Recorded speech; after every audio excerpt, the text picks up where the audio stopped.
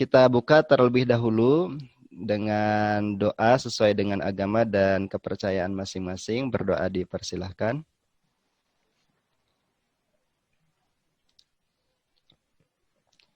Berdoa selesai. Mudah-mudahan acara kita lancar. Saya akan membawakan dulu sebagai pengantar. Jadi seperti biasa yang akan memandu diskusi kita di awal, yaitu ada Pak Dasril Rangkuti, inspirator kita, sekaligus nanti jadi pemandu utama di acara diskusi-diskusi setiap Jumat ini. Dan mempersingkat waktu, saya langsung persilahkan aja kepada Pak Dasril untuk memandu diskusi kompetensi siang ini. Silakan Pak Dasril.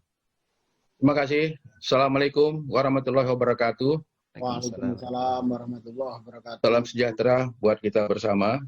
Yang kami hormati Bapak Miftahul Aziz MH, beliau adalah Wakil Ketua Badan Nasional Sertifikasi Profesi saat ini. Yang kami hormati Pak Aditya Warman, ini teman saya di Apindo Kadin. Beliau juga sebagai Dewas BPJS. Dan Bapak Dr. Handito Bono, Pak Handito, selamat sore Pak Handito. Beliau kami teman sama-sama di Kadin, beliau Ketua Komtab Pengembangan Ekspor di Kadin. Beliau juga Kepala Sekolah Ekspor, beliau juga Kepala Sekolah Ekspor. Pak Aziz, beliau inilah kami dulu satu komisi di BNSP yang membuat logo BNSP itu Pak. Jadi Pak Andito, jadi komisioner pertama bareng kami. Ibu Dr. Sofi Suryana, Bu Sofi, beliau ini peneliti, dosen di Universitas dan Direktur Utama Dana Pensiun BJB Jabar. Terakhir Pak Gunawan Surbakti, SPD, MM, beliau adalah Ketua Pengembangan Ketua LSP Forum Halal Tourism dan konsultan tour leader. Jadi beliau itu sudah jalan 150 negara. Jadi bagaimana layanan-layanan negara asing itu nanti beliau akan sampaikan di lingkungan ini. Bapak Ibu yang saya hormati, kegiatan ini berdasarkan riset. Dari riset pelanggan yang datang hari ini sudah 237 yang memberikan pelanggan di samping pelanggan-pelanggan atau klien-klien yang lama. Jadi hari ini sebagian ada yang live streaming melalui Sakasati TV, ada yang langsung. Baik, untuk mempersingkat waktu Bapak Ibu, sebagian besar dari hasil riset ini, pesertanya sebagian besar adalah dari lembaga pendidikan vokasi, baik itu LPK, LKP, SMK, Politeknik, dan seterusnya. Yang kedua, dari riset yang masuk adalah dari lembaga sertifikasi. Bapak Ibu, sudah itu dari UMKM, Pak Dito, UMKM juga masuk hari ini. Nah, inilah peserta kita hari ini. Baik, untuk persingkat waktu, kami persilakan dibuka langsung oleh keynote speaker kita, Pak Miftahul Aziz. Silakan Pak, tentang masalah pelanggan. Saya lihat sekarang BNSP itu jauh lebih baik pelayanannya sekarang Pak. Bapak tuh bisa mau turun sekalian datang ke LSP itu melayani konsumen. Silakan Pak Miftahul Aziz. Assalamualaikum warahmatullahi wabarakatuh. Waalaikumsalam. Selamat siang, inisiator Pak Dasril Rangkuti. Tadi kalau dikatakan BNSP sekarang lebih baik itu karena pondasinya dulu dibuat baik Pak. Kalau pondasinya baik, bangunan itu tumbuhnya kan gampang. Jadi tentu itu bagian dari peran Bapak Ibu semua yang membangun BNSP sebelumnya. Yang kami hormati para Bapak Ibu narasumber, ada Pak Adit ini sering ketemu di dunia maya. Dan Bapak Ibu yang lain, dan yang kami hormati Bapak Ibu peserta diskusi siang ini. Tentu menjadi kebahagiaan buat saya secara pribadi maupun kelembagaan sama BNSP mengapresiasi kegiatan-kegiatan peran serta partisipasi masyarakat tentu untuk membangun ekosistem sertifikasi yang lebih besar sehingga memberi manfaat yang lebih luas terhadap perekonomian bangsa kita. Bapak Ibu yang kami hormati, sesuai request-nya Pak Inisiator ini, Pak Dasril, bahwa kami diberi kesempatan hari ini untuk memberikan pengantar diskusi dari merespon riset yang dibuat oleh tim Pak Dasril dan tim, sehingga saya yakin diskusi ini akan lebih berkualitas. Memang kalau kita bicara konsumen, bisa lanjut yang operator setnya. secara umum, kalau kita bicara konsumen adalah bicara bagaimana kemampuan industri kita akan tumbuh. Kenapa? Karena semuanya boleh berubah, tetapi yang tidak berubah adalah bahwa jualan harus tetap laku, konsumen puas. Kan itu yang tidak berubah, semuanya bisa berubah. Tetapi industri harus tetap mencari konsumennya sendiri-sendiri. Industri harus tetap memastikan bahwa konsumennya tetap bertahan dan berkembang. Ini yang tidak akan berubah. Sehingga kami melihat ada isu strategis yang hari ini menjadi tantangan buat kita semuanya. Saya identifikasi kami ada 4 hal yang tidak bisa kita lihat sebelah mata. Yang pertama tentu bonus demografi, di mana kita tahu bahwa bangsa kita hari ini sedang mengalami pertumbuhan demografi, usia produktif yang tumbuh luar biasa. Bappenas memprediksi tahun 2030 Indonesia mengalami puncak bonus demografi. Tetapi tantangannya adalah usia produktif tersebut harus kita mampu pastikan memiliki produktivitas. Karena jika usia produktif tersebut tidak memiliki produktivitas, tentu akan menjadi beban buat bangsa ini. Yang kedua, kita tahu bahwa secara kawasan, kesepakatan masyarakat ekonomi ASEAN ini menciptakan satu tantangan pasar tenaga kerja yang terampil, yang kompeten, yang dimana persaingan pasarnya adalah disyaratkan pada 2 hal paling tidak. Yang pertama terkait dengan daya saing, yang kedua adalah terkait dengan produktivitas. Dan tantangan kita hari ini pada 2 hal itu kita masih kalah bahkan dengan beberapa negara ASEAN. Ini menjadi PR kita semua tentu, dan saya meyakini mustahil ada produktivitas tanpa ada kompetensi, mustahil ada daya saing tanpa adanya produktivitas. Sehingga pembangunan SDM, peningkatan kualitas kompetensi daripada tenaga kerja dan sumber daya kita, ini menjadi PR yang serius buat kita semuanya. Yang ketiga adalah industri 4.0, tentu Bapak Ibu semua sudah sangat familiar dengan isu ini. Ini menjadi tantangan yang serius buat kita karena satu sisi memang banyak pekerjaan-pekerjaan yang hilang, yang berganti dengan pekerjaan baru. Satu sisi juga banyak industri-industri yang tutup karena tidak mungkin untuk bersaing dengan jenis industri-industri yang lebih update. Tetapi tentu kita semua tidak bisa melihatnya secara pesimis karena kita semua orang bergerak di bidang SDM, maka kita harus melihatnya secara pesimis. Bagaimana caranya? Caranya adalah benar memang ada jabatan-jabatan pekerjaan yang hilang, benar memang ada jenis pekerjaan yang hilang, benar memang ada industri yang hilang, tetapi ternyata melahirkan jenis-jenis pekerjaan baru, jenis-jenis industri baru yang konsekuensinya kita harus mempunyai kompetensi-kompetensi baru untuk dapat mengikuti daripada perubahan-perubahan tersebut. Seperti yang disampaikan Pak Jokowi, Pak Presiden, bahwa yang menang hari ini bukan lagi yang besar melawan yang kecil, tetapi siapa yang paling cepat beradaptasi untuk menyesuaikan daripada perkembangan yang ada. Dan kemampuan inovasi kita dituntut untuk bisa memenangkan situasi hari ini. Yang keempat, Bapak Ibu, seperti hari ini, saya kira kita patut bersyukur bahwa kita bisa bersilaturahim dalam keadaan sehat di tengah situasi yang saya kira belum cukup membahagiakan buat kita semua, tetapi kami yakin bahwa kita sudah sepakat bahwa COVID bukan lagi penghalang kita untuk tidak produktif, tetapi bagaimana dengan situasi ini kita bisa lebih kreatif, lebih inovatif, dan terus mampu produktif. Bisa dilanjut? Bapak Ibu semua, kunci daripada memenangkan situasi hari ini adalah bagaimana kita memastikan bahwa SDM tadi memiliki kompetensi. Slide-nya bisa lanjut.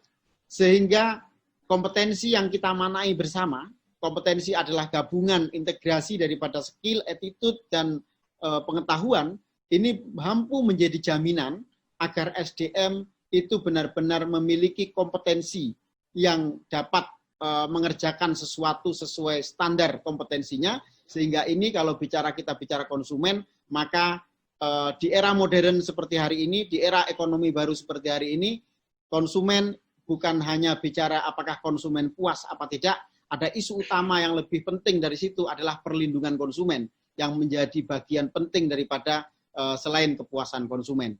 Bisa lanjut? Slide-nya bisa lanjut.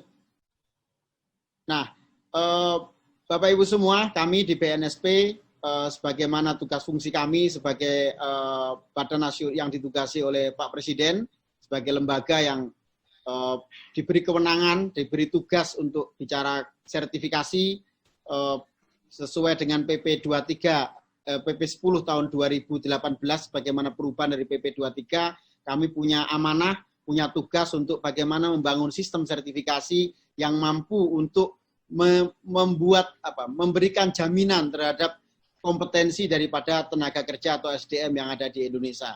Kembali lagi pada isu utama hari ini bahwa kita berkaitan dengan konsumen, maka ada dua hal tadi yang perlu saya tegaskan bahwa konsumen hari ini di era modern ini kita harus bicara bagaimana konsumen puas sekaligus harus kita ikuti isu utama dari konsumen yaitu perlindungan konsumen sendiri. Karena kita melihat bahwa kalau kita bicara tentang konsumen, lanjut lagi slide-nya, maka tantangannya tidak mudah. Kita lihat bagaimana pengaduan yang masuk kepada yayasan lembaga konsumen dan badan konsumen. Mungkin bisa lanjut slide-nya.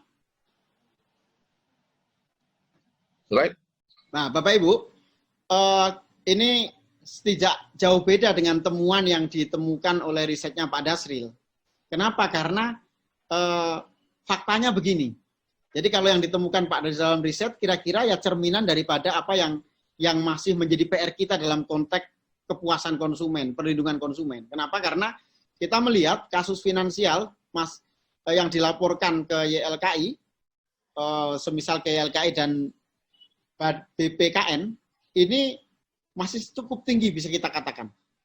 Sehingga inilah menjadi tantangan kita dan yang terbesar adalah pada kasus di bidang finansial. Kasus-kasus industri keuangan. Kita masih sering sekali melihat bahwa beberapa di pemberitaan masih banyak sekali penipuan-penipuan dalam konteks produk-produk daripada industri keuangan. Tentu ini menjadi PR kita dan ada tren menarik menurut saya yang harus kita mulai cermati dengan bangkitnya industri perumahan. Kita mencermati bahwa di 2019 pengaduan kasus oleh konsumen terkait dengan kasus di bidang perumahan ini juga meningkat tajam. Nah, yang kedua adalah tentu kondisi ini tidak lepas daripada perkembangan yang ada dalam industri ekonomi kita. Semisal di bidang keuangan kita mulai kenal dengan namanya pinjaman online dan sebagainya. Nah, ini menjadi tantangan tersendiri bagaimana industri tidak hanya bicara bagaimana menawarkan satu produk yang dapat memuaskan konsumen, tapi sekaligus wajib mentaati daripada prinsip-prinsip perlindungan konsumen sehingga tumbuhnya industri produk yang keluar ini tidak membahayakan konsumen yang menikmati.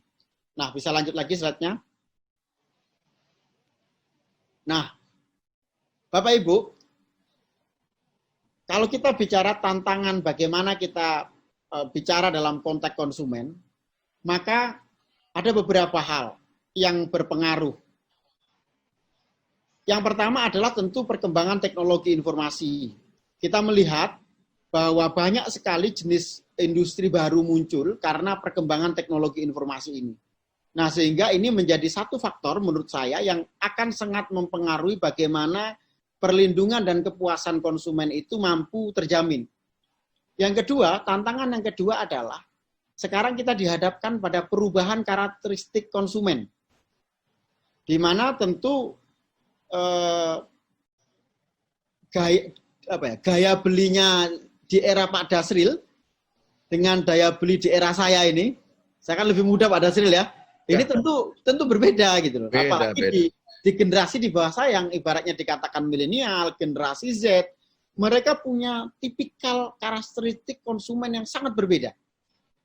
Nah, ini tentu menjadi tantangan tersendiri bagaimana ekosistem yang kemudian melahirkan ekosistem baru dalam dalam praktek hubungan antara produsen dan konsumen atau pembeli dan penjual ini menciptakan satu suasana baru, satu tantangan baru, satu model baru sehingga inilah tantangan bagaimana apapun perkembangannya harus diingat bahwa kepuasan pelanggan adalah yang utama, demikian juga dengan perlindungan konsumen adalah hal yang utama juga. Ini yang harus kita garis besari.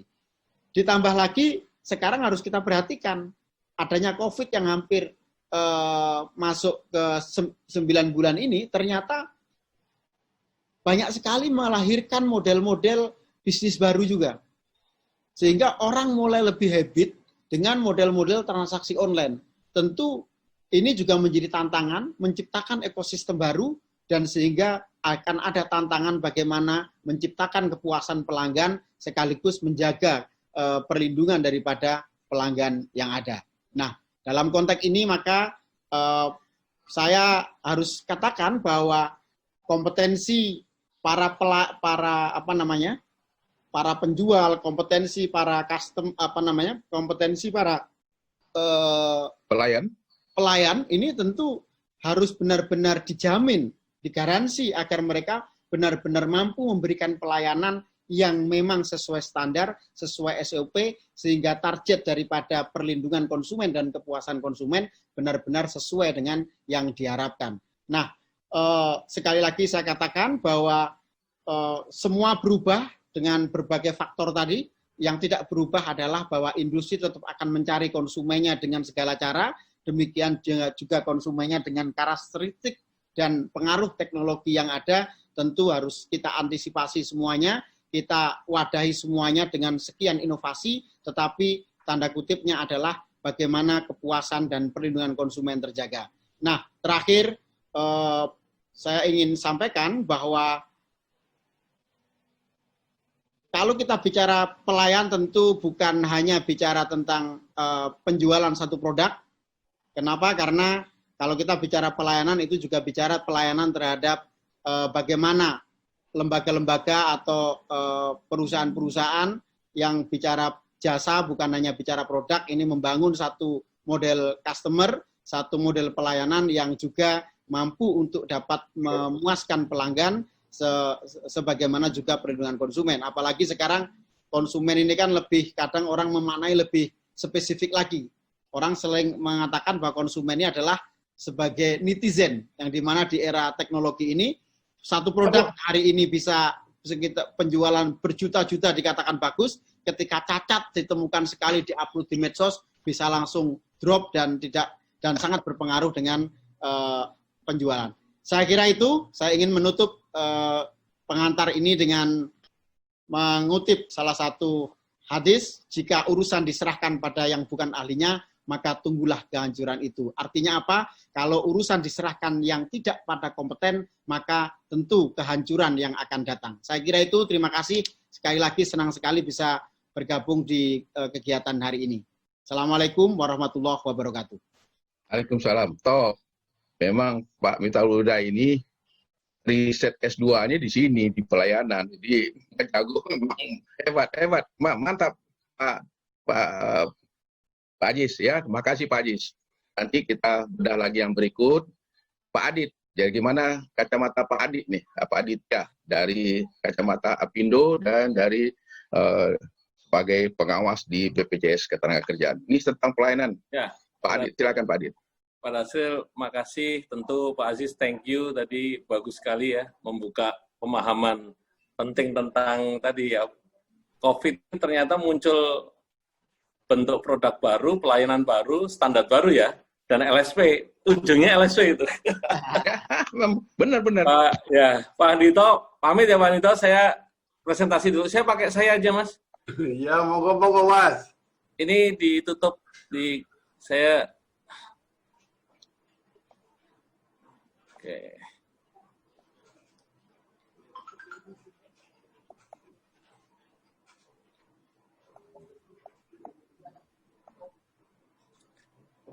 Kelihatan? Mas. Yes. Oke. Pak Tasril mau izin Pak Tasril? Ya. Yes. Bismillahirrahmanirrahim. Assalamualaikum warahmatullahi wabarakatuh. Selamat siang menjelang sore, salam sejahtera untuk kita sekalian. Selamat Hari Pelanggan, selamat ulang tahun untuk Pak Dasril Rangkuti. Mudah-mudahan panjang umur, tetap inspirasi dan sehat selalu. Pak Dasril, saya ingin menyampaikan satu topik ya, yang seringkali Hari Pelanggan menjadi satu event tapi lupa bahwa satu hari saya di Amerika, di Berkeley ya. Ya. Ternyata para profesornya mengajak pengusaha-pengusaha di San Francisco menggunakan teori ini untuk masuk ke dalam hari pelanggan, dan setiap hari itu hari pelanggan. Karena pada prinsipnya hari pelanggan itu mengajak pada satu standar agar pelanggan tidak lagi mempertanyakan bagaimana kita melayani. Gitu kan? Nah, ternyata ada 3 aspek Pak, yang penting dalam servant leadership itu. Leader yang melayani itu. Satu, leader itu sendiri, ya, di mana di dalamnya ada passion, dia punya legacy, punya belief gitu ya. Yang kedua, respect. Ya. Nanti satu teori, kalau waktunya cukup, saya akan bicara tentang connectability, bagaimana penjual, istilahnya dalam kata penjual ya, mengengage pembelinya. Kemudian yang ketiga, sukses. Sukses di sini adalah, saya setuju tadi berkali-kali Pak Aziz menggunakan kata ekosistem. Sukses ekosistem itu terjadi kepuasan. Di beberapa negara terjadi transaksi, akhirnya banyak COD ya. Kenapa? Karena nggak percaya, ditransfer ternyata dia nggak trust terhadap uangnya transfer dulu. Nah, ketika digital marketing itu terjadi tidak adanya trust, maka ekosistem itu nggak tumbuh, malah muncul curiga gitu.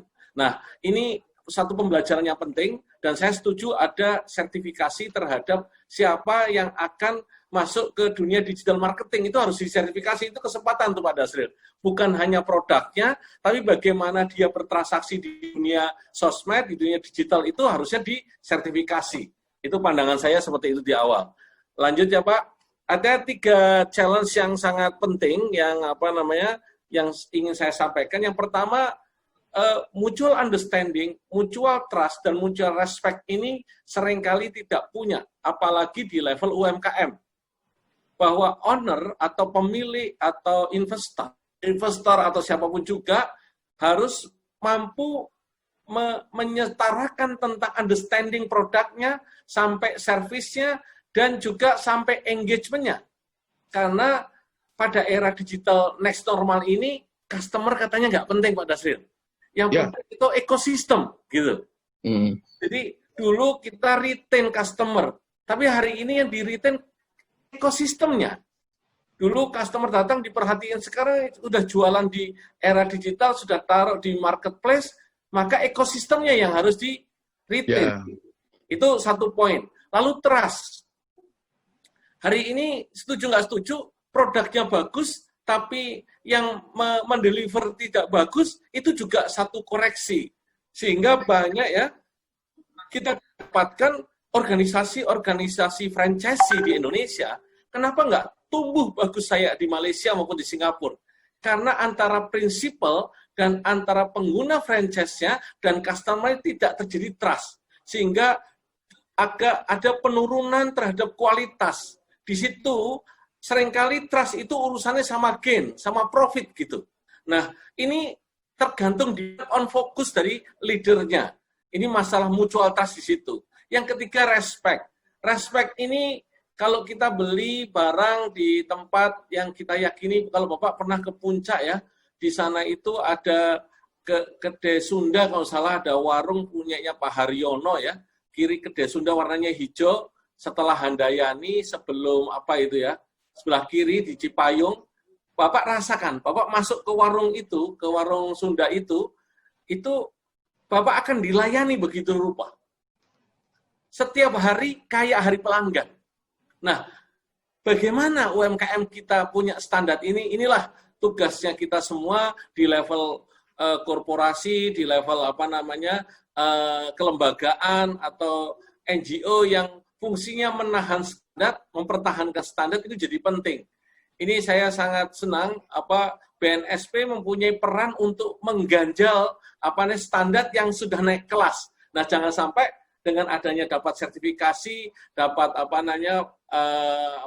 standar tertentu yang harus dipertahankan, ternyata turun lagi. Ini penting di leader fokus. Kedua adalah leader choice, di mana leaders punya style, punya karakter, punya approach komunikasinya terangin secara umum. Karena agak berbeda, katakanlah Alfamart sama Indomart. Kalau ngomong Indomart itu terasa, kata teman-teman yang survei ya, saya pernah lihat, dengar, katanya lebih mahal. Kalau Alfamart itu barang-barangnya lebih murah. Nah, ini menyangkut mengenai leader mau milih kayak apa, karakter bisnisnya mau ditaruh kayak apa. Nah, ini mempengaruhi ekosistem pelanggan. Yang terakhir, saya bikin teori waktu saya ambil sertifikasi di Berkeley, itu tentang connectability. Connecting sama ability kemampuan dan connection. Nah, kayak apa nanti mudah-mudahan waktunya cukup, di mana how to manage your belief dan passion. Itu cerita mau kayak gitu, big deal-nya. Lalu, lanjut lagi. Oke. Nah, lagi-lagi ngomong pelanggan di ujung, kita sadar bahwa leader dan bos itu berbeda. Bapak bisa bayangkan kenapa UMKM itu nggak naik kelas. Ada dua alasan. Satu, kalau IPO harus 50 miliar, Pak, di bursa saham, Pak. Harus 50 miliar. Ya, nggak mungkin UMM-nya. Yang kedua, mental bosnya kadang terlalu besar atau malah nggak ada level bosnya. Dia terlalu safety player. Tapi yang kita berikan alternatif harusnya leaders. Leaders itu gimana? Dia bersama layaknya Ki Hajar Dewantara ngajarin. Ing ngarso sung tulodo, ing madya tuturi handayani. Di Pak Dasril clear. Nah, seperti apa? Yang seperti itu digambarkan dalam satu teori servant leadership action yang saya tahu ada 4 quality ya, 4 standar ya para leader. Satu, punya integritas. Yang kedua, dia fokus kepada apa yang dia tahu dan dia katakan. Jadi jujur pada produknya, ngomong gitulah. Dan yang ketiga, dia punya the next level, landscape. Landscape ini menyangkut tentang perspektif dia terhadap produk, terhadap servis, jasa, dan seterusnya. Nah, yang paling penting adalah decision. Tapi jangan salah, dalam banyak buku yang menggambarkan tentang decision yang bagus itu, Pak, 1, 2, 3 tadi, itu digambarkan kemampuan review. Jadi, servant leadership itu adalah kemampuan review sang leader untuk mengambil keputusan dirinya atas masukan subordinatnya, katanya gitu. Nah, saya sendiri sedang ingin mengajak, meaningnya apa sih? Saya ingin membedakan nih, traditional leader sama servant leaders. Ya, servant leader seperti apa? Si leader ini melihat bagaimana dia mau serve orang lain. Ya, dia tidak sebatas hanya atas apa yang dia jual, tapi mau serve orang lain. Dan yang kedua, dia menebar power, menebar passionnya untuk mengengage. Dia menjemput bola, dia menyapa, memberikan respect. Nah, seringkali masyarakat kita kadang agak malu. Malah kadang terlalu hiperaktif. Kalau di toko-toko kemana-mana diikuti terus, malah kita kadang bingung, ini yang ikutin siapa? Kadang SPG kita ini harus dilatih ini, Pak. Pak Dasril harusnya melatih SPG kita agar mempunyai kemampuan servant leadership. Kemudian yang ketiga adalah bagaimana dia suksesnya itu sampai pada titik bisnisnya itu sustain. Sustainability itu ada 2 kunci katanya. Di Grow Hill itu ada kunci. Satu growth, yang satu development. Growth tanpa development pendek umur itu. Nah, ini yang seringkali kita nggak pernah jadikan momentum untuk kita berubah dan merepresentasikan sebuah nilai dari seorang leader yang basisnya servant leadership. Yang keempat adalah listening. Ini mulai penting nih. Jadi komunikasi leader di level ini itu tidak lagi bicara, Pak. Tapi kemampuan listening itu bukan mendengar, Pak. Listening itu menyimak. Leader itu yang dilihat adalah kemampuan menyimak, bukan mendengar. Kalau mendengar apapun bisa, tapi kalau menyimak biasanya klik dengan hatinya. Dan terakhir, tentu dia memahami tidak sebatas hanya produknya, tapi memahami semuanya. Dan untuk proses ini, maka produk itu apa yang di kepala customer, apa yang di kepala ekosistem. Nah, contoh yang paling servant leadership yang saya rasakan adalah membuka, tadi Pak Aziz bicara tentang habits ya, itu adalah Gojek. Bapak bisa bayangkan 10 tahun yang lalu, Gojek atau Gokar atau Grab gitu ya Pak, Bapak bisa bayangkan jam 1 malam anak kita pulang dari kampus, diantar cowok lain, langsung besoknya dikawinkan. Tapi coba, kalau yang nganter Gokar gitu, tetangga pun nggak curiga, Pak. Oh, itu ikut pakai Gojek, Gokar. Nah, pemahaman terhadap produk itu bergerak dan berputar radikal itu. Nah, atas dasar itulah, saya mencoba untuk mengajak konteksnya. Nah, konteksnya di sini. Kenapa kok servant leadership kok susah diterapkan dan orang merasa jengah untuk mengeksekusinya? Servant leadership itu harus pada orang yang mana dia telah sampai pada sisi transformasi dan demokratik. Orang yang feel free, orang yang open mind. Orang yang feel free dan open mind itu mereka punya energi positif. Energi positif ini seringkali kurang. Kenapa? Karena dia belum selesai dengan dirinya. Leader itu harus selesai dengan dirinya, karena disitulah energi positifnya muncul. Maka satu pendekatan diskusinya para psikolog di kampus-kampus ternama di dunia tentang belajar psikologi positif. Kata kunci psikologi positif adalah meletakkan hatinya di atas logikanya. Meletakkan hatinya di atas logikanya. Jadi dia berpikir tentang serve, berpikir tentang sharing, berpikir tentang respect to others, tidak getting something. CEO, leader-leader itu dituntut untuk getting something, tapi di dalam hatinya dia ingin share to others. Maka muncul satu paradigma baru namanya social investment. Beli satu sepatu, nyumbang air 1 galon. Beli satu sepatu, dapat satu sepatu. Beli satu kaos, dapat satu kaos. Itulah di dunia anak-anak Gen Y dan Gen Z terjadi pola seperti itu. Nah, ini ada 4 poin untuk menuju energi positif dan selesai dengan dirimu tadi. Ini jagonya aslinya Pak Handito ini yang harus cerita. Saya cuma meng-capture ini untuk meyakinkan bahwa leader, internal maupun eksternal, harus mampu meng-empowerment people. Pak Adit. Yes. Waktu ya? Ya, waktu ini jatahnya Pak Andito lagi nih. Ya, benar. Ini Nanti saya minta akan Pak Adit.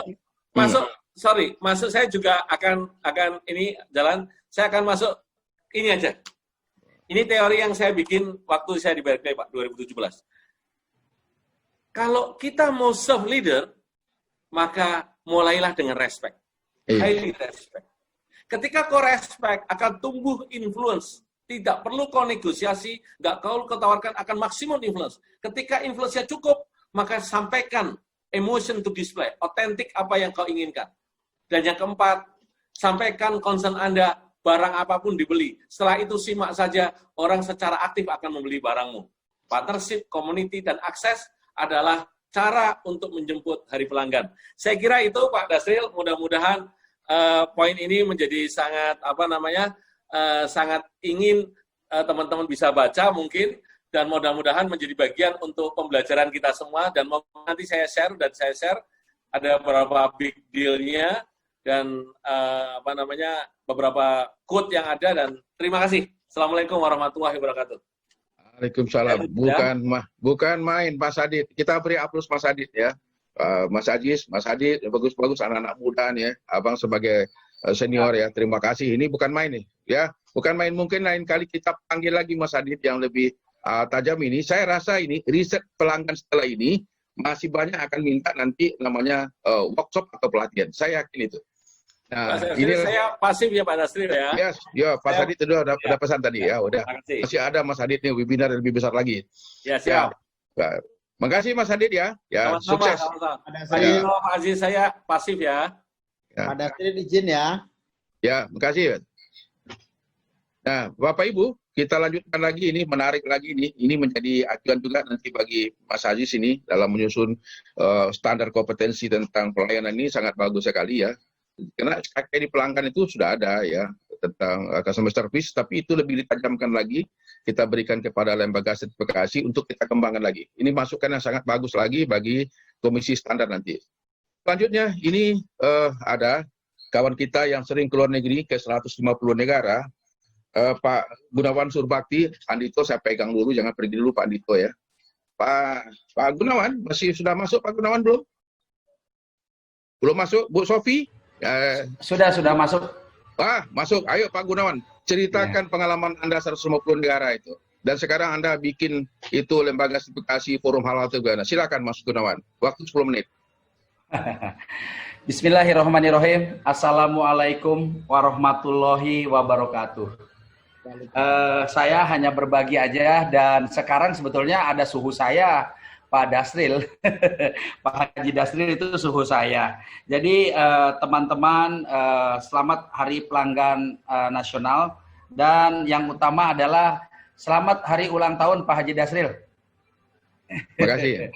Ya, oke, teman-teman, kami dari Forum Halal Tourism, kebetulan kerja saya itu 1 tahun jalan-jalan ke seluruh dunia, termasuk umroh itu sekitar 22 sampai 25 kali. Melihat keprihatinan teman-teman di pariwisata muslim khususnya, ternyata banyak sekali travel yang mengaku asosiasinya muslim, tapi yang jualannya bukan travel muslim, begitu ya. Dan FHT adalah lahir karena keprihatinan teman-teman di pariwisata ada masalah yang menurut saya kurang begitu kurang cocok ya. Nah, kami akan memberikan yang terbaik bahwa Forum Halal Tourism kita memberikan edukasi kepada pelaku dan pemilik pariwisata muslim tentang wisata muslim, begitu. Nah, jadi ini yang saya berikan presentasi ini adalah untuk berbagi kepada teman-teman. 2 tahun yang lalu, tepatnya 2 tahun 3 bulan, bahwa Forum Halal Tourism didirikan, dan kami beranggotakan 2.300 anggota ya.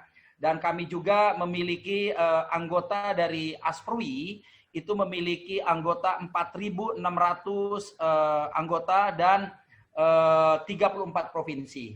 Nah, pelayanan Pak Gunawan, tolong ceritakan pelayanan internasional, jangan di lembaganya. Coba pelayanan internasional itu gimana? Apa kaitannya dengan pelayanan di nasional? Supaya kawan-kawan bisa paham ini. Ya, pelayanan kami itu mungkin teman-teman agak sedikit mungkin marah ya. Karena kenapa marah? Karena teman-teman selalu FHT itu adalah berbagi. Kami memiliki faktor seorang leader di perusahaan, tapi kita pertama adalah harus integritas, dan kami harus energi, dan kita harus cerdas, dan kami memberi empati, dan kami harus memberikan inspirasi ya. Nah, selain itu Pak Gunawan, bukan itu maksud saya. Anda kan sudah jalan 150 negara. Pelayanan di negara asing itu supaya kawan-kawan di daerah di Selindo, seluruh Indonesia ini memahami. Misalnya Anda sering ke Turki, sering ke Arab Saudi, sering ke beberapa negara Balkan sana. Gimana sih cara pelayanan mereka di sana? Oh, oke, siap. Sebetulnya saya mau membawakan ini, tapi kalau emang seperti itu tidak masalah. Jadi teman-teman, di pasca pandemi ini, teman-teman yang lain di travel itu belum jalan, tetapi kami udah menjadi leading sektor bahwa kita menjalankan pariwisata seperti yang kita ketahui bahwa pertama di musim pandemi ini kita melakukan perjalanan, misalnya saat berangkat kita mulai dari rapid test. Setelah rapid test kita ikut asuransi. Setelah ikut asuransi kita check in di airport. Nah, setelah check-in di airport, kami terbang menuju ke negara Eropa. Kebetulan negara yang bisa dikunjungi baru Uzbekistan, Turki, dan Vietnam. Nah, negara yang kita kunjungi itu, mereka mengenakan yang namanya itu protokol COVID-19. Contohnya. Pak Gunawan, bukan itu maksud saya. Maksud abang itu begini. Anda kan yang lalu, jangan cerita masalah COVID sekarang. Pelayanan selama sebelum COVID ini. Pelayanan beberapa negara itu. Ya, misalnya keramah tamahan di hotelnya, keramah tamahan di bandaranya, bagaimana itu yang bisa disaring di sini? Oke, kalau keramah tamahan pasti Indonesia nomor 1, Pak Haji Dasril. Tetapi kalau standar SOP mereka lebih nomor 1 lagi ya. Contoh di Eropa ataupun di Australia ataupun di Amerika, mereka punya standar yang berbeda dengan Indonesia. Oke, kita bahas tentang Amerika misalnya ya. Kalau ke Amerika itu kita mendarat di Amerika, saat kita apply visa itu udah berbeda dengan saat apply visa di negara lain. Nah, saat kita mendarat di Amerika, paspor kita setelah mendarat itu tidak langsung menuju imigrasi. Tapi kita akan dari belalai diarahkan ke 3 jalur. Jalur pertama kita akan menuju ke jalur yang belum pernah masuk Amerika. Itu pelayanannya kita akan jalan kaki dari belalai kurang lebih 300 sampai 500 meter. Dari situ kita akan yang udah belum pernah kita menuju ke jalur yang baru pernah ke Amerika sekali. Itu di tengah-tengah, di sebelah kiri kita akan yang udah pernah ke Amerika berkali-kali. Nanti di dalamnya ketemu dengan robot, Pak Haji Dasril. Nah, robot ini yang akan men-scan muka kita, kumis kita, mata kita, halis kita, tangan kita. Setelah di-scan semua, paspor kita di-scan. Setelah paspor di-scan, visa kita di-scan. Jari tangan kita di-scan, semuanya satu-satu. Setelah itu baru kita ketemu dengan orang. Nah, disinilah kita akan ketemu, kalau dia dari Indonesia, zamannya dulu Pak Habibie jadi presiden, ataupun Gus Dur presiden, orang Amerika taunya adalah Pak Habibie. Indonesia Habibie. Tapi sekarang sejak Jokowi jadi presiden, dia langsung bilang, oh Indonesia, Jokowi, Jokowi, begitu ya. Nah, disinilah kita akan mengarahkan peserta, bagaimana peserta itu supaya datang ke Amerika tidak dikomplain. Nah, seperti itu. Nah, hal ini di Amerika itu tidak mudah ya, teman-teman. Nah, saat kita menuju Amerika setelah kita arahkan peserta bahwa kita membawa peserta misalnya 20 orang atau 30 orang, setelah itu kita akan sampaikan, 1, kita jangan membawa barang-barang yang unoriginal. Kalau original is okay, kalau unoriginal nanti biasanya di dalam kita kalau kena scan palsu ya kita kena denda. Tapi kalau kita nggak kena scan lolos-lolos aja aman begitu. Dan barang-barang bawaan juga dia ada standarisasinya. Ya standarisasinya itu mereka menggunakan misalnya kita bawa makanan. Boleh kita bawa makanan misalnya rokok 3 bungkus misalnya. Kalau kita bawa 3 bungkus sementara kita bawa 1 slof. Nah, untuk memudahkan kita berbagi kepada teman-teman supaya kita kena pemeriksaan begitu ya. Nah, tetapi mereka kalau kita bermasalah dia akan cek random, dibawa ke suatu tempat dan itu menggunakan standarisasinya sangat berbeda Pak Haji Dasril. Contoh misalnya, nah saat peserta itu diwawancara, dia akan wawancara apakah Anda pernah ke Amerika, apakah Anda tahu standarisasi masuk Amerika, apakah Anda tahu kalau ke Amerika itu tidak boleh seperti ini, tidak boleh seperti itu. Nah itu dilakukan oleh imigrasi di Amerika. Karena di Amerika itu imigrasi ya beliau juga, polisi juga beliau juga, TNI juga beliau juga. Jadi dia multifungsi, beda dengan Indonesia. Imigrasi adalah imigrasi, polisi adalah polisi, TNI adalah TNI. Nah saat kita itu, jadi perbedaannya di Eropa dan di Amerika, imigrasi aja hanya 1 orang Pak Haji. Jadi bukan imigrasi adalah imigrasi, polisi adalah polisi, TNI adalah TNI, bukan. Kalau di imigrasi di Eropa, polisi adalah TNI, TNI adalah imigrasi. Jadi dia di belakangnya ada tulis polis begitu, di depannya juga ada tulis polis begitu.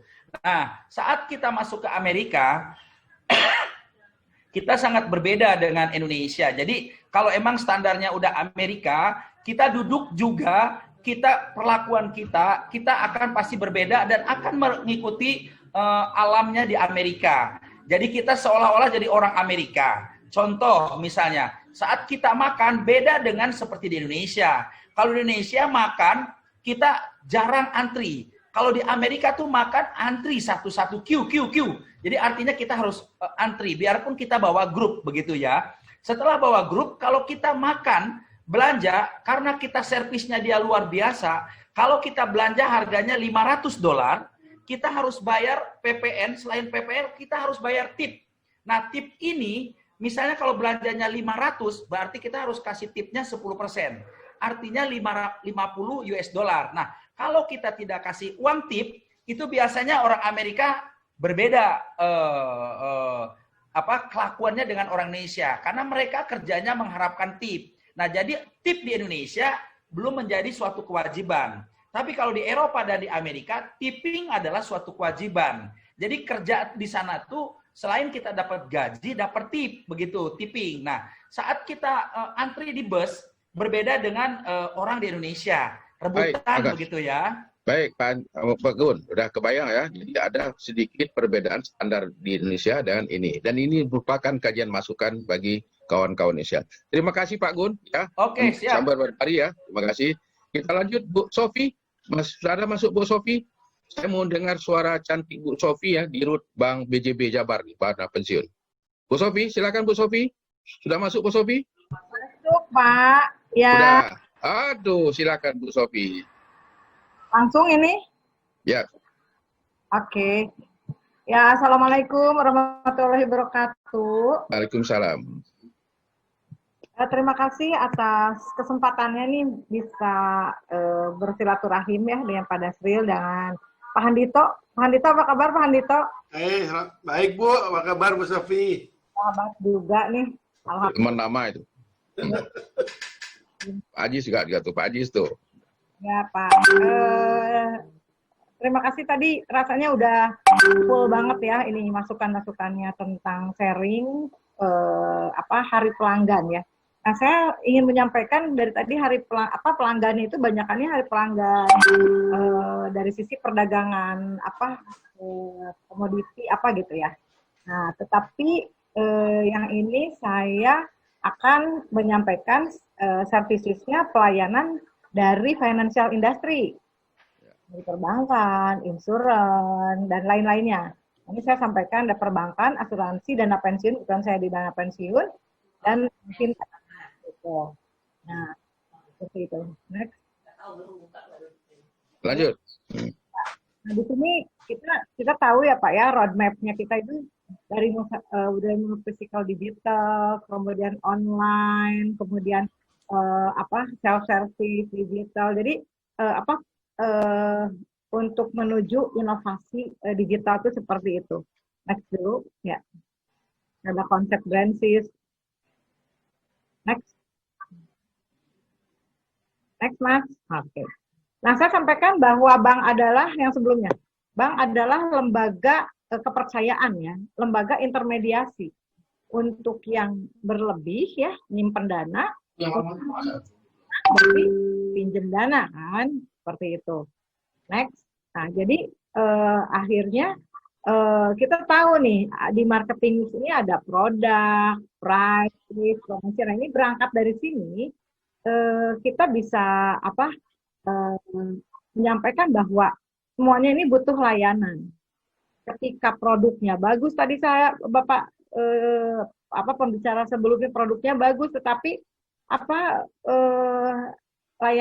pelayanannya ya, customer service menurut ya pada hasil ya nggak akan mau bawa mana. Kemudian atau tempatnya, place-nya ya, seperti tadi saya pagi-pagi itu saya bicara juga di UI, di Universitas Indonesia untuk para mahasiswa baru vokasi itu ada satu pembicara, saya nggak mau dong kalau kedatang ke bank yang ada di pasar semuanya smell bad dan lain sebagainya kan. Nah, seperti itu, walaupun diem di pasar, tetapi rasa mall gitu, ininya, banknya kan, jadi tiba-tiba ngadem gitu kan, seperti itu. Nah, please, next. Ini berangkat dari marketing mix. Di sini, mungkin Bapak Ibu semua udah tahu ada simpanannya giro, deposito tabungan. Di sini penuh dengan layanan. layanan giro seperti apa, ceknya bagaimana, gitu. Kadang-kadang, aduh saya mau minta cek nih 1 buku, oh nggak bisa apa, harus begini, ada syarat-syarat dan ketentuan dan sebagainya. Seperti itu. Kemudian ada deposito, hati-hati deposito, ada apa, biliet. Nah, bilietnya harus ada verifikasi, ada apa dan sebagainya. Nah, seperti itu. Kalau sekarang kan sudah kita online semua. Kemudian tabungan. Tabungan juga sama. Sekarang udah pakai online, tetapi buku-buku tabungan itu masih ada seperti itu. Hati-hati juga ketika ada apa fraud di sana, layanan yang nggak bagus, sementara marketingnya berdarah-darah untuk memperkenalkan produk, tetapi bagian tellernya, tabungannya kurang bagus melayani. Ini juga akan menjadi tidak suka menyimpan di bank. Lanjut teh. Kredit juga ada kredit. Pelayanannya apa nanti ATM itu masih ada atau akan hilang digantikan oleh digital banking? Ya, sebetulnya tidak akan hilang sih sebetulnya Pak ya. Harusnya tidak akan hilang ya, tidak akan hilang. Harusnya kalau menurut saya sih. Karena kita ada segmenting ya. Ada segmenting nasabah, ada segmenting juga keperluan. Seperti contohnya ini saya sampaikan nih ada kredit modal kerja, investasi, konsumer. Ini berbeda-beda nih kebutuhannya. Contoh, ketika pada Sri transfer udah nggak aneh kan pakai handphone. Tapi begitu ada transaksi ekspor pada Sri, Pak Handito, ya ke luar negeri, pakai kontainer ratusan miliar yang dikirimnya, tetap kita menggunakan banking. Jadi sekarang ini kita growing bersama deh antara bank, fintech, gitu dan sebagainya. Kita growth bersama, jadi tumbuh bersama. Karena ketika ingin pinjam kredit modal kerja, fintech P2P lending bisa mengeluarkan, bisa. Tapi seberapa besar? Ada batasan. Tetapi kalau bank ini bisa tergantung dari BMPK masing-masing banknya tentu, dan bisa menyalurkan kredit yang besar juga untuk pembangunan, untuk infrastruktur, tol, jalan tol, dan sebagainya. Kredit investasi. Teh Sofi, saya mau nanya ya, Laku Pandai itu kan untuk layanan UMKM. Apakah itu masih layak dipergunakan sampai sekarang? Yang mana Pak? Laku Pandai. Oke, Laku Pandai. Masih Pak, Laku Pandai ini adalah agennya bank yang disimpan gitu Pak di masing-masing warung toko yang ada kerjasama dengan bank atau nasabah kita, gitu. Seperti itu. Saya lanjutkan ya Pak ya. Yes. Next. Maaf, yang di sini kadang-kadang layanan juga price juga merupakan layanan juga gitu.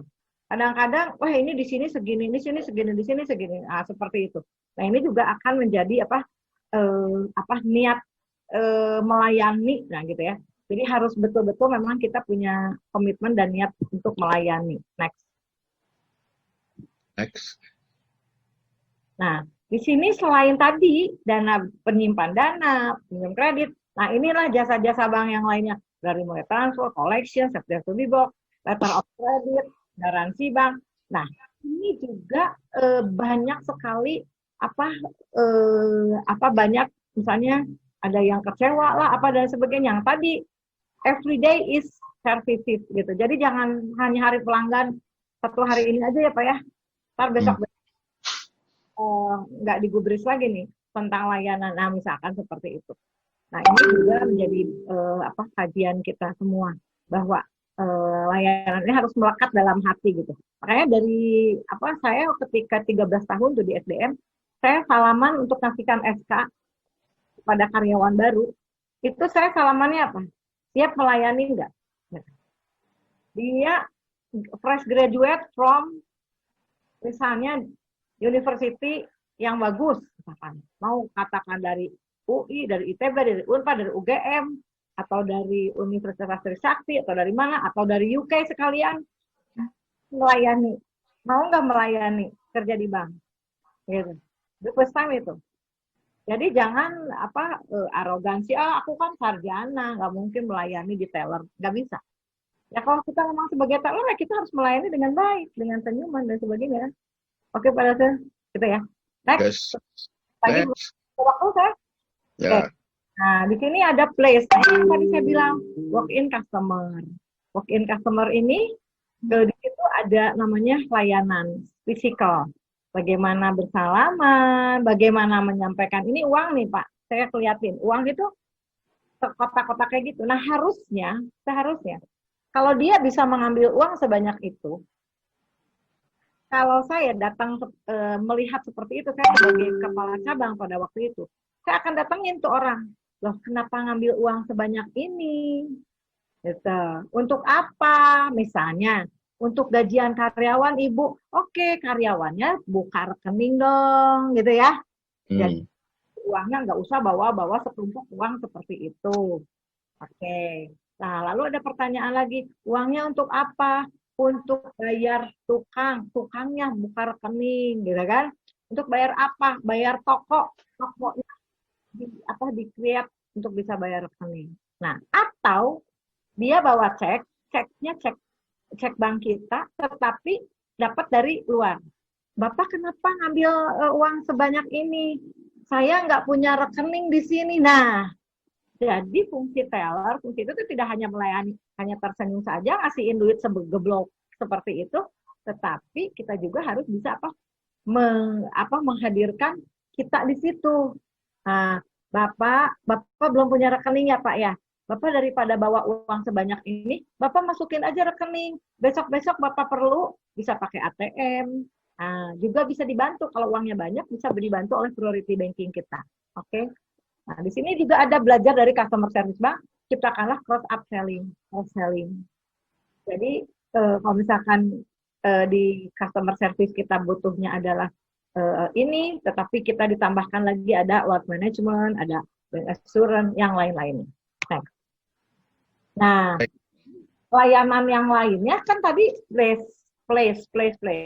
Nah, sekarang sudah maju ke digital banking, mobile banking, internet banking, gitu ya Pak ya. Kerjasama juga dengan e-commerce seperti itu. Ya, mau tidak mau kita harus masuk ke sana. Jadi enjoy the convenience of banking at home, gitu. Next. Nah, sekarang sudah tidak lagi ada namanya digital services, ada digital banking. Kalau digital services seperti ATM, tadi ATM, terus kemudian apa dan sebagainya yang berbasis digital. Nah, tetapi di sini digital banking itu kita bisa buka rekening nggak usah pakai customer service, gitu, langsung di sana pakai mesin. Next. Nah, ya, ini layanan, semuanya layanan ya Pak ya. Nah, ini ada time-nya digitalnya Commonwealth Bank. Jadi di situ juga, BNI juga udah ada, Bank BJB juga sedang proses di sebelahnya. Kemudian next, journey to digital banking. Next. Ya. Nah, di sini juga ada B2G. Jadi pemerintah daerah dilayani dengan pajak, untuk pembayaran pajak, untuk government dan sebagainya, e-tax dan sebagainya. Nah, ini BJB juga melayani Bank BJB Cinta Guru. Nah, ini hari pelayanan hari ini tuh bisa kita perlihatkan bagaimana kita melayani itu tidak hanya dengan senyuman, tetapi juga pelayanan dengan kemudahan dan convenient atau kenyamanan. Tapi kenyamanan dan keamanan juga harus ada keamanan, Pak. Ya. Next.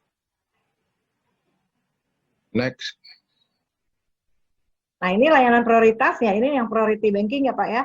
Ada sejumlah tertentu yang bisa kita priority banking, dan di sana tidak hanya tabungan, deposito, giro, tetapi juga ada wealth management dan sebagainya di sini. Oke, Bu. Oke. Yes. Bu, selesai? Yes. Baik, Bapak Ibu, terima kasih Bu Dr. Sofiana. Udah dapat juga kawan-kawan Selindo memahami tentang proses di perbankan. Nah, sekarang saya ditutup ini sama Pak Andito ini, sebagai Kepala Sekolah Ekspor. kita harus meningkatkan devisa kita internasional dan juga ada hubungannya dengan pihak perbankan dan juga terkait dengan standar kompetensi. Karena orang-orang yang bekerja di bidangnya itu yang melakukan pekerjaan berulang-ulang menghasilkan barang dan jasa sesuai dengan peraturan pemerintah nomor 83 tahun 2019 bahwa semua sektor yang terkait harus memiliki sertifikat kompetensi di bidangnya. Silakan Pak Andito, bagaimana tuh sekolah ekspor, bagaimana tuh standar pelayanan. Pak Andito ini teman sahabat saya nih yang paling jago branding dulu ini. Ya, silakan Pak, hari ini hari pelanggan, makanya Bapak saya taruhkan yang di ujung, bisa membuat kompilasi dalamnya. Terima kasih, silakan Pak Andito.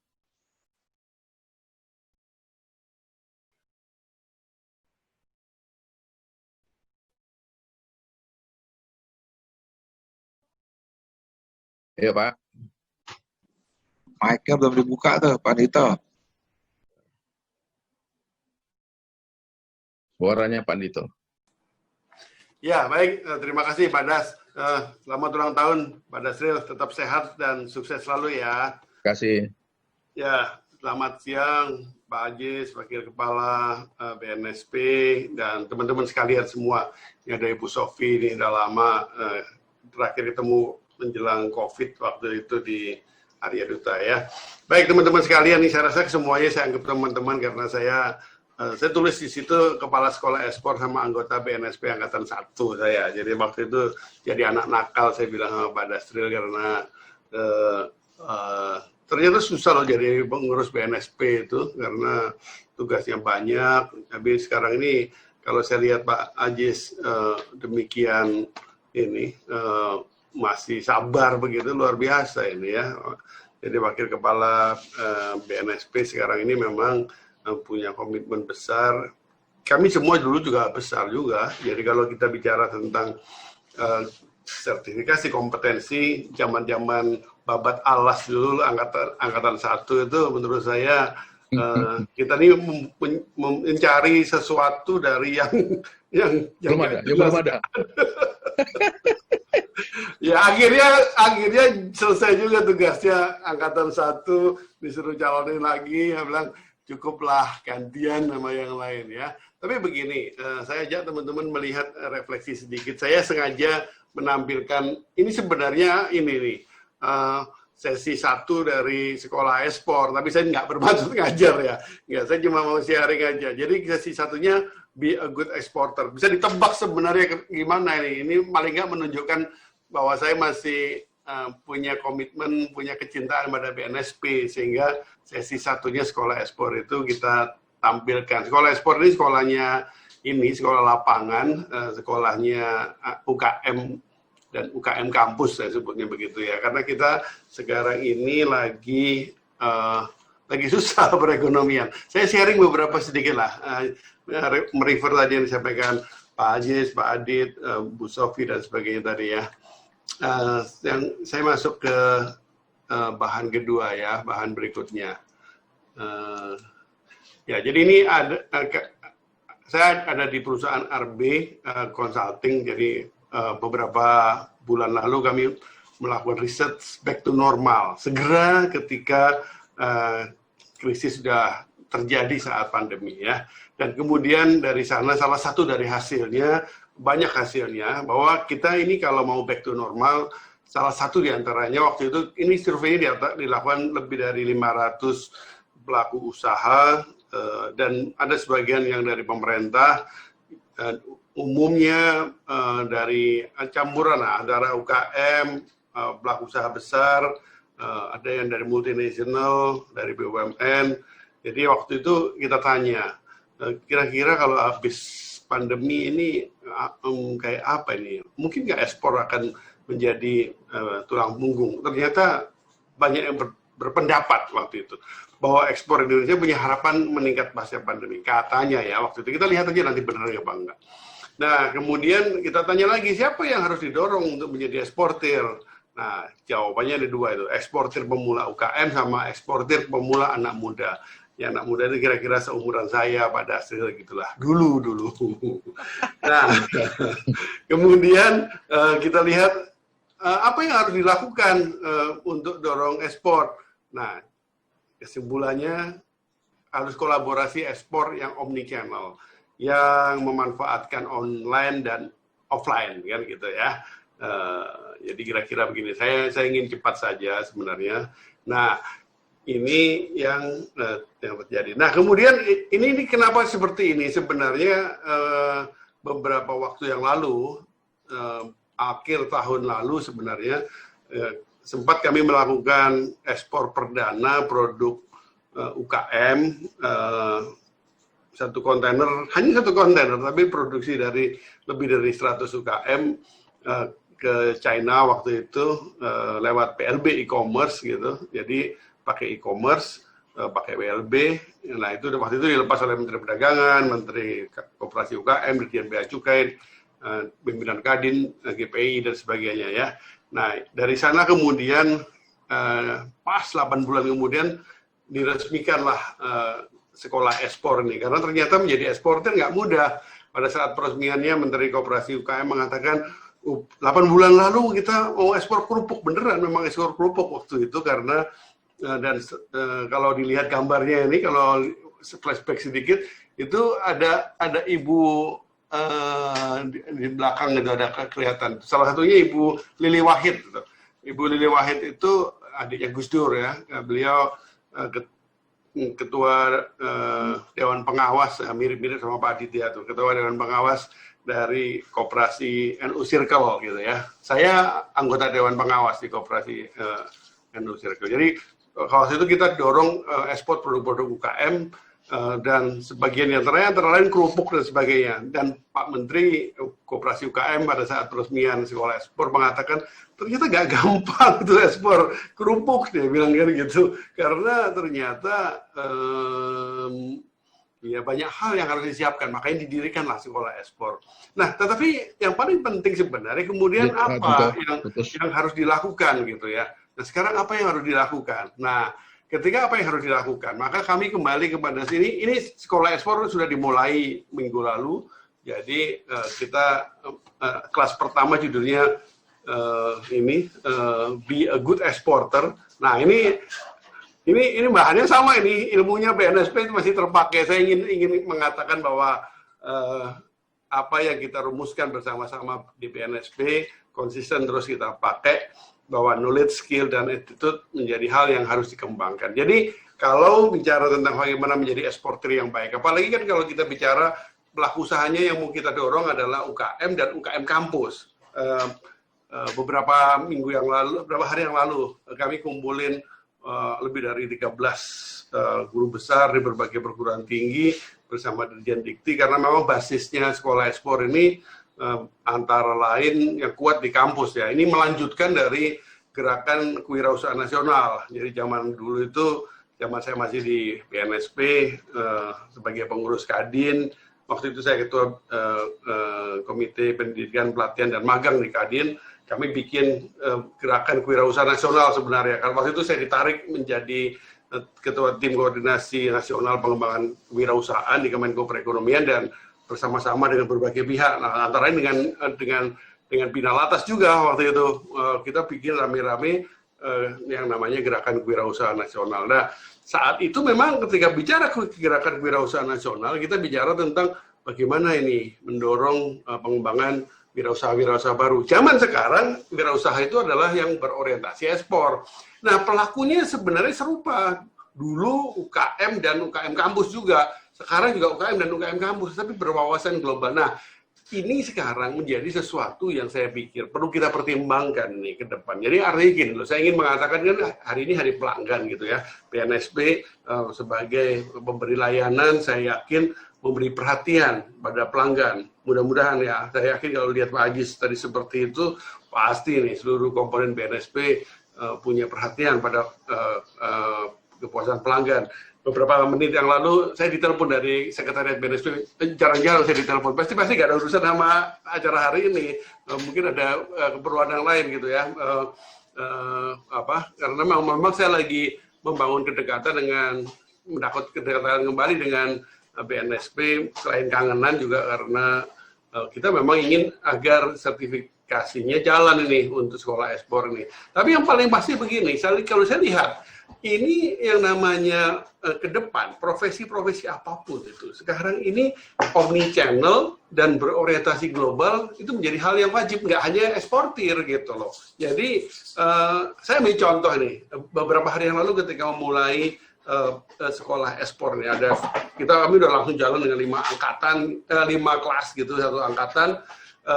Ada salah satu pesertanya, ini pesertanya dari mancanegara ini. Salah satu pesertanya ini TKI yang ada di Taiwan. Terus dia cerita dengan kelas terbuka gitu. Saya sudah mulai bisnis jualan ke toko-toko Indonesia di Taiwan.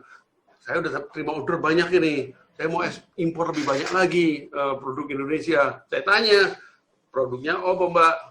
Oh, produknya bumbu pecel Mas. Dia bilang gitu. Oh, bumbu pecel. Begitu dengar bumbu pecel, semua teman-teman pada respon gitu. Saya juga bisa bikin bumbu pecel. Saya mau ekspor bumbu pecel. Tapi kan nggak semudah itu ya.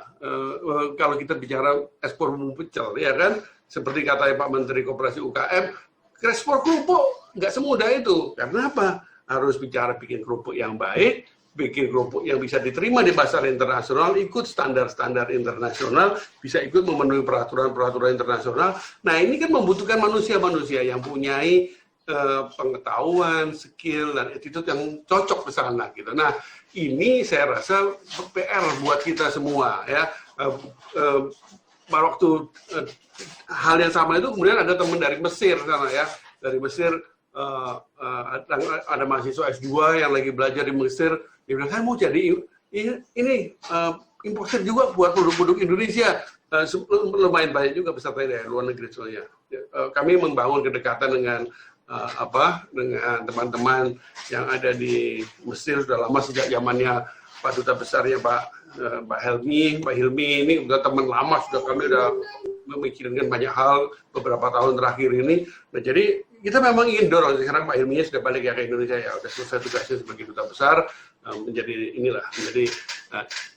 kami dulu waktu sebelum Ibu Hilmi diangkat jadi menteri, kita bilang ini ada Pak Ibu Menteri atau Pak Menteri, sama lah kira-kira kan gitu, dua-duanya sama-sama gitu. Nah, jadi kalau kita bicara tentang kayak di Mesir, dia bilang, ini kami mau ekspor nih produk-produk Indonesia ke sana gitu. Nah, ternyata yang namanya kompetensi manusia ini menjadi hal yang sangat penting di pengembangan eksportir gitu. Bagaimana dia punya pengetahuan yang baik, punya skill yang baik, punya attitude yang baik. Kan cerita porang misalkan, beberapa hari yang lalu kita dikomplain sama beberapa negara, gara-gara porang Indonesia dikirimnya porang ditambah tikus ditambah ular gitu. Lah, ini kalau begini kan ngerusak ini kan gitu ya. Nah, ini saya rasa perlu kita sikapi. Tapi ada satu hal lagi terakhir yang ingin saya sampaikan, selain kita harus membangun SDM yang punya nuansa internasional sekarang. Yang namanya omnichannel nggak terhindarkan gitu ya, pengetahuan, skill, dan attitude yang terkait dengan dunia omnichannel offline dan online menjadi sebuah keharusan sekarang ini. Saya rasa kita ini perlu membekali SDM kita dengan hal itu ya. Saya kebetulan selain di Kadin juga ada di Apindo dan Aprindo. Di Aprindo saya mengetuai Departemen UMKM misalkan. Nah, sekarang kita ingin dorong ini, nggak hanya jualannya di toko gitu, tapi juga toko online kan gitu. Ternyata ini perlu dibiasakan gitu, perlu kita bangun kompetensinya. Nah, jadi tantangannya sekarang ini buat BNSP, saya rasa kebutuhan manusianya seperti itu. Nah, saya rasa BNSP juga sebaiknya juga menyesuaikan gitu, punya standar yang layanan yang berorientasi global. Saya rasa dari dulu sudah kita kepengen lakukan, mudah-mudahan sudah terrealisir sekarang. Udah punya juga kemudian pendekatan yang sifatnya omnichannel gitu ya. Oke, Pak Andito. Terima kasih Pak Andito ya. Pak Andito, nanti kita langsung didiskusi, kita lanjutkan. Bapak Ibu udah cukup dulu Pak Andito, nanti didiskusi. Ya, kita didiskusi, kita tanjamkan Pak Andito. Bapak Ibu, Pak Aziz masih yang saya rasa.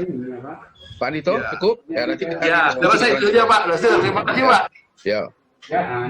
Pak Aziz? Pak Aziz masih ada? Pak Aziz masih? Pak Aziz masih? Ya, Bapak Ibu ya sudah kelihatan ya dari 4 narasumber itu saling berkaitan semuanya. Nah, ini yang akan masuk kita anukan nanti kita setarakan dalam bentuk standarnya. Ya, jadi pengalaman dari masing-masing narasumber ini sangat bagus sekali ke depan.